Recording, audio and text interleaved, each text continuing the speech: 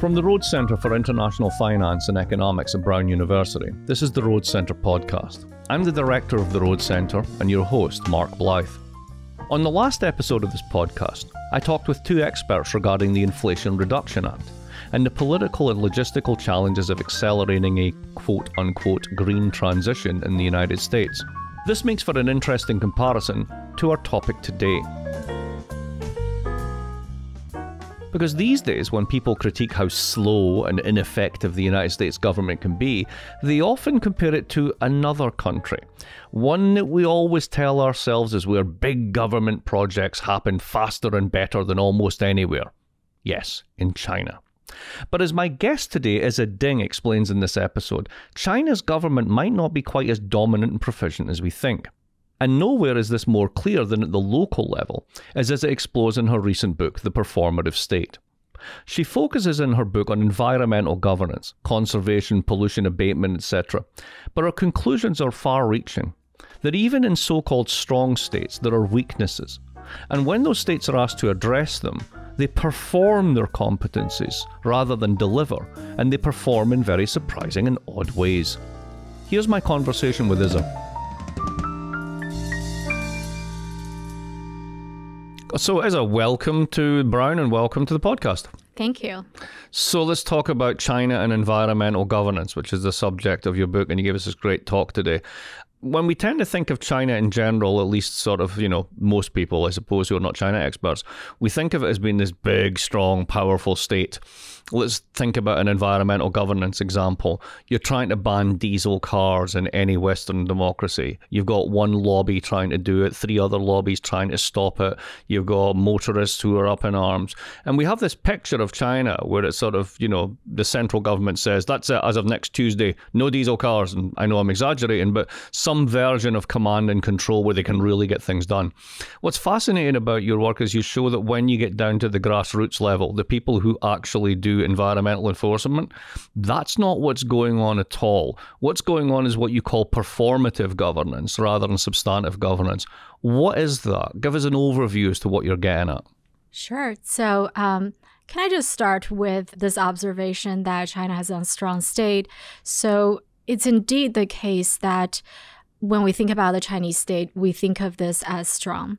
And what I would say is that is a perception. It really depends on how we measure state capacity. So if we look at GDP per capita as the measurement, then China ceases to be a strong state. And I think Sheena Greiten's work has also shown that if we're looking at police spending per capita, China's spending is actually a lot lower than places like the United States and Russia, which is why in my book, I'm really trying to look at capacity in relative terms and then trying to look at, like you said, street level bureaucrats, and then to show that at least in the realm of environmental governance, state capacity is low. But because pollution was such a big problem, at least during the period of this study, and citizens were really upset about it.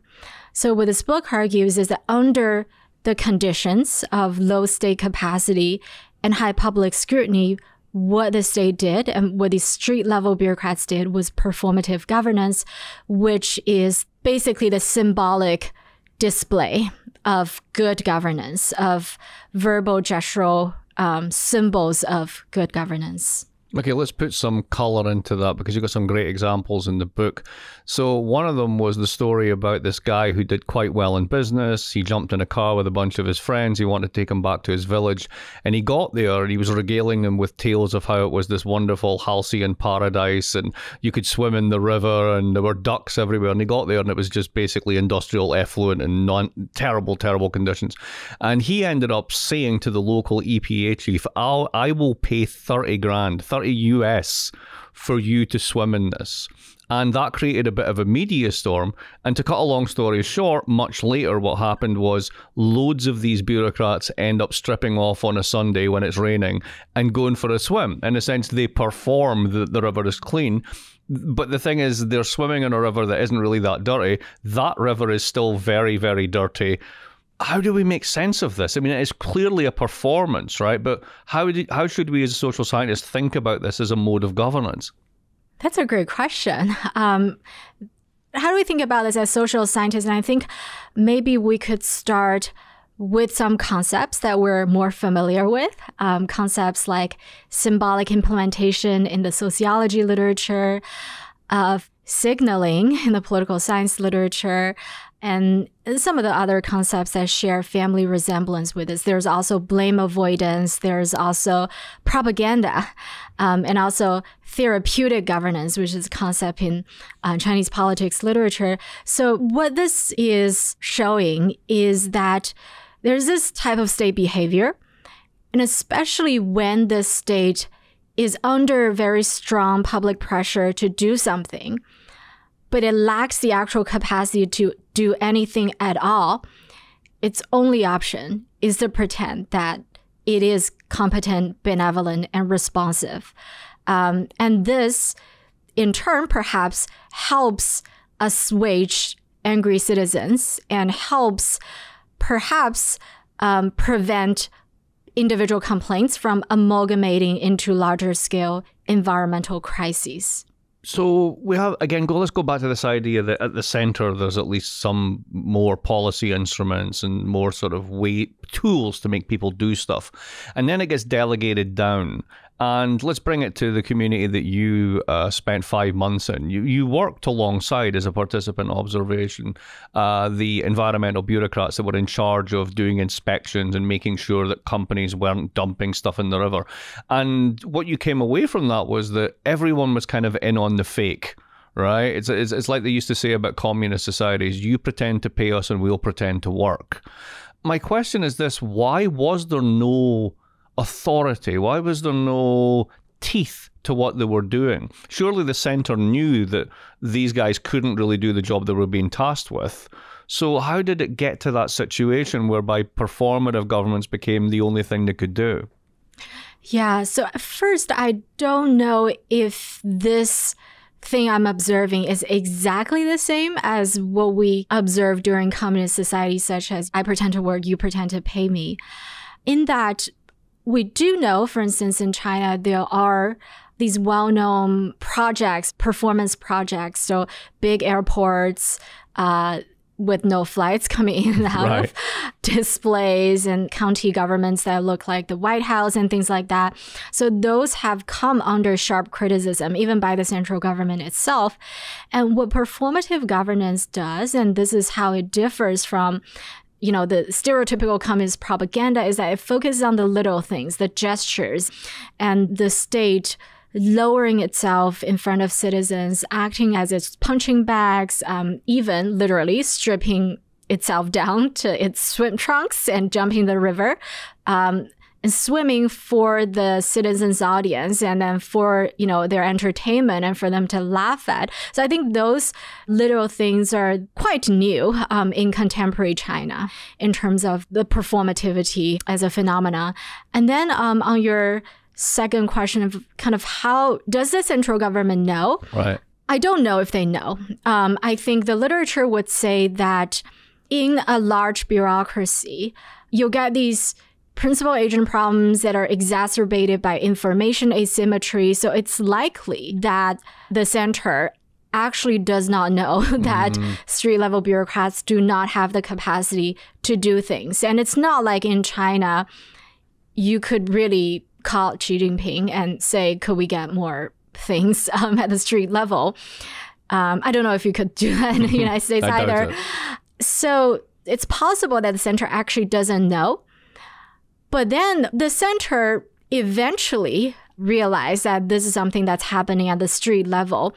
And that is shown through these recent campaigns against bureaucratism, formalism, against what Xi Jinping calls, flamboyant displays that are devoid of substance. So I think the center eventually realized performative governance exists at the street level, and they think it's a big problem, and they tell the street level bureaucrats to stop doing that. But then what the scholars are arguing, Chinese scholars, me included, is that, well, the reason they're doing that is because they're put under a lot of pressure, both by the public and by the central government, and they are absolutely devoid of resources to do anything at all, which is why they had to do that, because there's simply no better alternative. So I think that's the reason why we're seeing that. And that's also why you see this gap between what the center wants and what the street level people are doing. So it's almost as if the street level people kind of get trapped in a bad equilibrium. And here's what I mean by that. So imagine the center doesn't know that they're just kind of faking it till you make it type thing, because they don't have the instruments or the authority to do the things they're tasked with. So they do have a kind of coping strategy, which is, we'll respond to criticism, etc. As you point out in your book, and you just alluded to, the Chinese government has recently become very interested in sort of how policy is done and executed, notions of symbolic responsiveness and benevolence, etc. That allows them to, in a sense, become the complaints bureau. One of the things you noted in the book was that 75% of the work hours of these folks is not actually doing factory inspections and testing the water. It's answering the phones to complaints. So they get kind of stuck in this bad equilibrium. Is that the essence of what you found when you were there?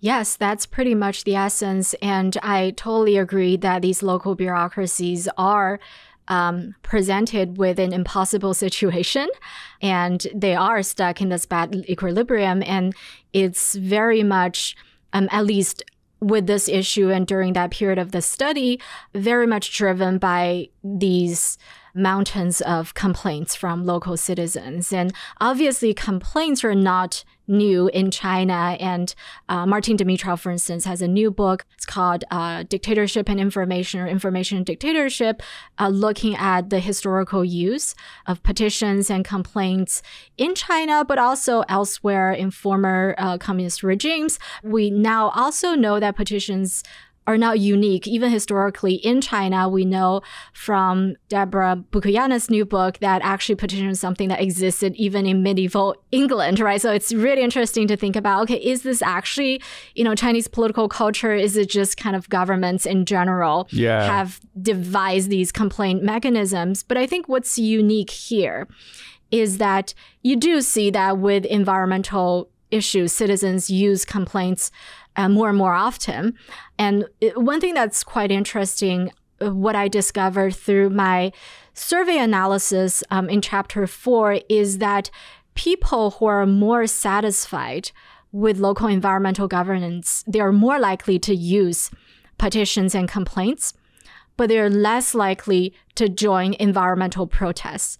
So this indirectly confirms the logic. Performative governance is to process these public grievances through these established mechanisms of complaints and petitions, and to prevent that from becoming protests and becoming these larger scale crises. So rather than drawing a hard line between governments who are, as you put it, inert, they just can't get anything done, won't do anything, and then the ones that are performing, and then the ones that really do it, substantive, we can almost draw a softer line between the latter two, between substantive and performative, in the sense that you may not be cleaning up the environment, but if you're seen to be doing things, or at least being responsive to the notion that you need to clean up the environment, that demobilizes people, and that takes the pressure off the government to do something that it actually has a hard time doing. There is actually a payoff to performative government in that case.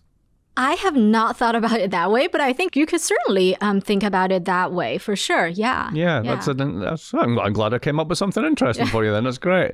Let's pull out for a little bit and go theoretical on this, not for the sake of it, but just because it helps us to zoom out from the details for a minute. There's lots of ways of talking about performance and performativity. There's everything from Auden, I should say, or Austin with like linguistics. It could be both of them. And then there's, of course, McKinsey and others, and finance and finance theory. There's Butler on gender, the whole thing. But you went with Irving Goffman, a sociology classic from the 60s, and he appears quite a lot in the book. What was it about what Goffman saw in everyday performance that made you think, oh, this is useful for me? Mm-hmm. It's an interesting story, actually. Goffman did not come to me, and Goffman... Sorry, were you waiting for Goffman? Yeah, I was waiting for Goffman. during a inspection, one of the bureaucrats said to me what they were doing was face work. And this is my translation from the Chinese term. And when I heard that word and when I translated it in my head into English, I realized it's actually the title of a paper by Erving Goffman, Face Work. And that's a concept he uses to describe impression management in everyday life. And I found, that book could be used to build my concept theoretically. And in defining this concept, I drew from Judith Butler's definition of performativity. But then the way I understand performative governance is through impression management, a la Goffman, whereas I think other people, when they're writing about performativity, they're talking about slightly different things. Butler's talking about submission to cultural hegemony. So she's writing about this through this normative lens and calling for performative breakdown, calling for people to stop engaging these gender conventions. And when we think about economic sociologists, when they use performativity and kind of going back to Austin, those are seen as speech acts and things that we say and then we do, but then in turn cause things into being, such as the rational market. I think those are really, really interesting, but sort of slightly different views on performativity. And Austin actually became so exasperated after he came up with this concept and because he got dragged into all these debates about, is the sentence performative or is the sentence not performative? He said something which I quote in my book, and this is not a complicated word. Stop debating over what this actually is. And I think another thing I want to mention is that while I was writing this book, I kept getting back to the dictionary to look at what the dictionary definition for this word is. I think it was Merriam-Webster, but also Oxford Dictionary. And then you notice that the definition of the term actually changed over time, even just over the past few years. And if you do a Google Ngram search, you see dramatic rise in the frequency in which this word performativity is used. So then basically what I eventually did is to went with the dictionary definition of performativity, but then really drawing theoretical inspiration from Goffman's work on impression management, even though he actually seldom used the word performative as much as some of the other people. Yeah, it's become a social science buzzword and it means a huge number of different things. What I particularly like about the book is the clarity that you basically say, okay, there's all this stuff and all these different ways of defining it. I'm talking about something really straightforward. Literally, people are performing. Now, the question is, why are they doing this? Let me turn that into a direction to talk about someone who appears in the book called Max. And Max is fascinating because when we think about street Max as Max Weber Marx. Oh, no, Max as in the guy who did the civil service exam. Wasn't he called Max? Oh, Max. Max. Sorry, see, this is the Scottish accent getting in the way there. But there's also the Max Weber. Yeah, there's also Max Weber. There's also Karl Marx, yeah. It's funny, I guess Scottish people have lazy R's if they're stuck between a vowel and a consonant. That's a Marx, I suppose it should have said. Anyway, we'll get back to this. Max, I'd have to say that in an American way, Max. So there's a guy called Max, who appears in the book. And Max is a street-level bureaucrat. Now, in the West, when we think about street-level bureaucrats, we think about, in the US, somebody who works at the DMV or works in the local tax office. And all of the stereotypes about they crave security, they have no ambition, they're not very good, they couldn't survive in the private sector, blah, blah, blah. All that stuff goes on.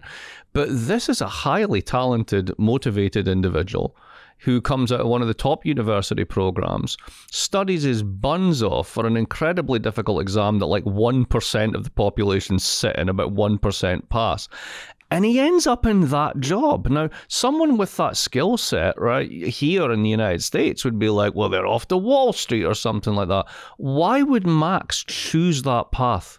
It's unclear whether he chose that path or his mom chose that path. Okay. He's ambitious, right? And then what do ambitious people want? Usually two things, money or prestige. And Max I think he would be okay with either money and prestige, and he's also interested in money. Many of his classmates graduated from this top college, also went into the private sector, were making a lot of money. Right. So if you graduate with a degree in environmental engineering or sciences, you could actually start your company for environmental evaluation. Right. You could start one of these environmental evaluation firms and will work with these local bureaucracies and, write up environmental impact assessment reports and so on and so forth. You can do many, many different things with this degree. But his mom thought it would be a stable job. So civil servants in China they're well compensated, not as well compensated as those in Singapore, but it's a respectable job, and especially for people in some provinces. But the most important thing about this job is that it is stable. So for his mom, who really went through, everything from the Cultural Revolution to reform layoffs, right? Stability is really important. So he went to the worked for the EPB and studied really hard. Everybody has to go through this national service, civil service examination. And it's 5 times as hard to get admitted into the civil service than to get into the Harvard College. There's just so many people studying for that. And the quote unquote admission rate is about 1%. So that's what I'm so fascinated by, because when he gets there, he must be smart enough to figure out, hang on a minute, I'm not actually going to do much environmental enforcement here. Yeah. I'm going to be spending my time answering the phones of crazy people who, as you point out in the book, aren't even calling up about environmental problems. They're calling up because their marriage is falling apart. So why does he stick at it? So he did not in the end. So he stuck at that for a while, but he noticed, one, the EPB is a weak bureaucracy, and he's an ambitious individual. He wants to get promoted. If you can't make a lot of money, at least I want status. So he wants to get promoted, realize that it's hard if you work for the EPB. So he then studied for this internal exam through which you can get transferred to other bureaucracies. And he tried for 3 years and eventually succeeded in year 3. And now he works for a more powerful bureaucracy. And when I talked to him again, or the last time I talked to him in 2019, he talked to me about his job now, which is more holistic, balancing different things like economic development, environmental protection. He described himself when he was in the APB as a frog at the bottom of the well. The idea is that you could not see the entire sky. And now he's in this more powerful bureaucracy, realizes actually the environment is a very, very small piece in China's governance puzzle. And then there are bigger things for the government to worry about, things like businesses, employment, development, and so on and so forth. So he's interesting for many reasons. I find him a fascinating character. But what he also shows is, your key thesis, really his teeth here, that I imagine to be a strong bureaucracy where he's gone now, less scrutiny, more capacity. And it's really these areas of government, and this is what makes the story transportable, be well beyond the China case. If you think about an area where the public's really het up about something, but you just don't have the capacity to do it, literally the only thing you can do is either just admit that you can't do it, which is going to cost you politically, or do some kind of performance. You're literally dancing around it. Now, at the end of your book, you got a couple of cases that show us exactly this. Talk about Flint, Michigan, and the water crisis, why this is very similar to this story. Okay, so I went to the University of Michigan for my undergraduate studies, and which is why when the Flint water crisis happened, I was paying a lot of attention to that, which is why Flint eventually became a case study in my book. I remember seeing the news that Mayor Wallen went on TV to drink water from the tap. I remember seeing Governor Rick Snyder also went on TV to drink water from the tap. And I remember President Obama went to Flint eventually, drank water from a clear glass. I remember all that. And this is something that's not unique to Flint. So once you start paying attention, after water crises, officials around the world go on TV to drink water from a clear glass. They also go swimming. And so it's either drinking, if it's drinking water, problem, you go drink water. If it's river pollution, you go swim in the river. So it's something, for some reason, that officials around the world are using. And the Flint case shows that when the problem objectively existed, but without having come under strong public scrutiny, there was a lack of action from the state, from the city of Flint, and actually officials were denying the existence of the problem. But after this issue became widely known in the news media through this Virginia Tech report and through this whistleblower blowing the whistle and telling the news about it, you see rising public scrutiny over the issue, yet the government lacked the ability to do that. Actually, Flint was in financial crisis. So we could debate about whether they wanted to solve the issue or whether they didn't want to solve the issue. But it's true that Flint government is not one of the wealthiest local governments in the United States. And in fact, the reason that they switched the tap water source was to help alleviate this local government financial problem. But eventually, the public did not buy that. And what eventually happened is that President Obama sent federal aid to the state of Michigan, to Flint, and eventually helping to resolve the problem. But it's unclear whether the problem actually eventually got resolved. And I think it's improved, but it seems like the last time I checked, the water in Flint is still undrinkable. Right. But so they still have, in a sense, this is when performance fails, right? You start drinking the water and saying, no, it's fine. And then along comes another Goffman concept, the destructive information from outside that animates even more scrutiny. And at that point, it's like, no, we really don't have the capacity to do this. We now have a crisis. In a way, a crisis really only becomes a crisis when performative governance completely fails. Would that be fair? Exactly. The destructive information, the Goffmanian concept is really important here. And in at least two of the cases I looked at in my book, such information was released to the public by whistleblowers. Right. And then we do know that whistleblowing is an extremely rare phenomenon in governments and bureaucracy, right? The fact that we call them whistleblowers speaks to the fact that most of the times people in the system are complicit in the system's behavior. Information gets out only when you have these really rogue agents blowing the whistle and so on and so forth. So the information environment and destructive information in particular can cause a breakdown of the performance through this breaking down of communication between society and the public ceasing to buy the virtue. Buy into the performance. I want to close with something. We've spoken about, the big, powerful politicians at the center, the street-level bureaucrats, the incentives of individuals to join in the system, a whole host of issues. But let's talk about you mentioned the survey you do. Let's talk about mass publics. So a really critical question was, are people buying into this? And without reducing your findings to very, very sort of far simpler than they actually are, my takeaway on it was the following. The people, when you do performative governance, people kind of accept it as it is, and that acts almost as a kind of surrogate for doing something to a certain point. But at the same time, the same public, when surveyed a different way, will basically say, no, they're a bunch of clowns and they're not doing anything. How do these two versions of what the public are saying coexist? Yes, actually, that's a very good summary of what I found.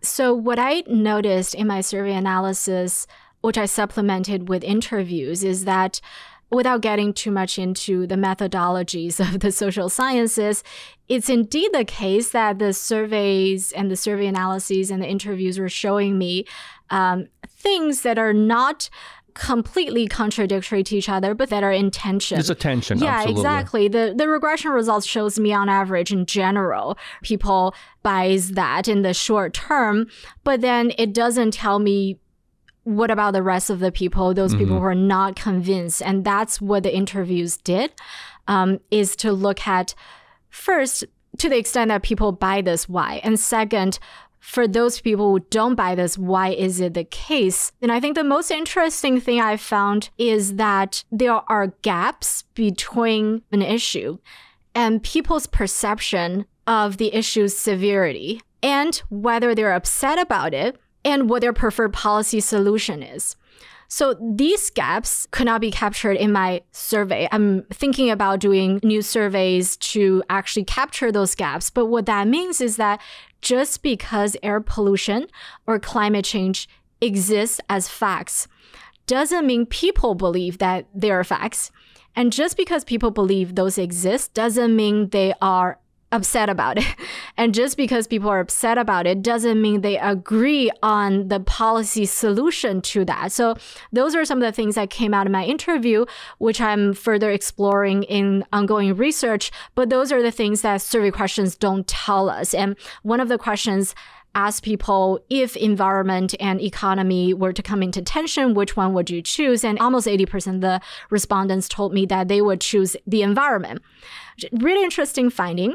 But then that seems to not have really come out in the interviews I did. And why is that the case? Well, that's because the survey questions forcing people to choose between the two. Whereas in the interviews, you can actually hear their reasoning and hear them talking about, okay, the environment's important, but if I really have to lose my job, then no. So which is why I combined these semi-structured interviews with the survey to try to present a more full and rich picture of public opinion concerning environmental issues in China. But to turn that back to your own thesis and push it a little bit further, perhaps then that's also another reason why this kind of performative move works, because you have this heterogeneity of responses. If the public was monolithic, had an idea what the problem was, what the solution was, and then they could, you just say, you're not doing it, you're just faking it. But if you have that heterogeneity, there's a space for literally performing that we're doing something about it. And that can buy you time, either to get into substantive governance, actually clean it up, or alternatively for it to collapse like Flint, Michigan, and to be fully called out on it. Exactly. The pivotal audience of performative governance is this, what Nancy Bermejo calls ordinary people. And the fact about ordinary people is that they don't pay that much attention to what's going on unless it's something that's directly affecting them. So the pivotal audience of performative governance is not the dissidents. There are not a lot of them. And it's also not people who are paying these intense attentions to these things. The key audience here is really people who are paying some attention to the news, but they're not paying that much attention to the extent that they will go do their own investigation like I did to realize, okay, this river that they went swimming in is not the same river as this other river, and so on and so forth, right? So I think because we know through public opinion research that people in general, they're not paying that much attention to everything that's in the political sphere, and then their attention shifts pretty dramatically over a course of days, if not hours, which is why performative governance, as you said, could fill in the blank until either the government gathers capacity to resolve the issue, or if they don't want to, for people's attention to change to something else. It's a fascinating book. I really enjoyed reading it. I recommend it to everyone, and I hope that it wins many awards. Thank you. This episode was produced by Dan Richards and Layla Worth. I'm Mark Blythe. You can listen to more conversations like this by subscribing to the Rhodes Centre podcast, wherever you listen to podcasts. We'll be back soon with another episode of the Rhodes Centre podcast. Thanks.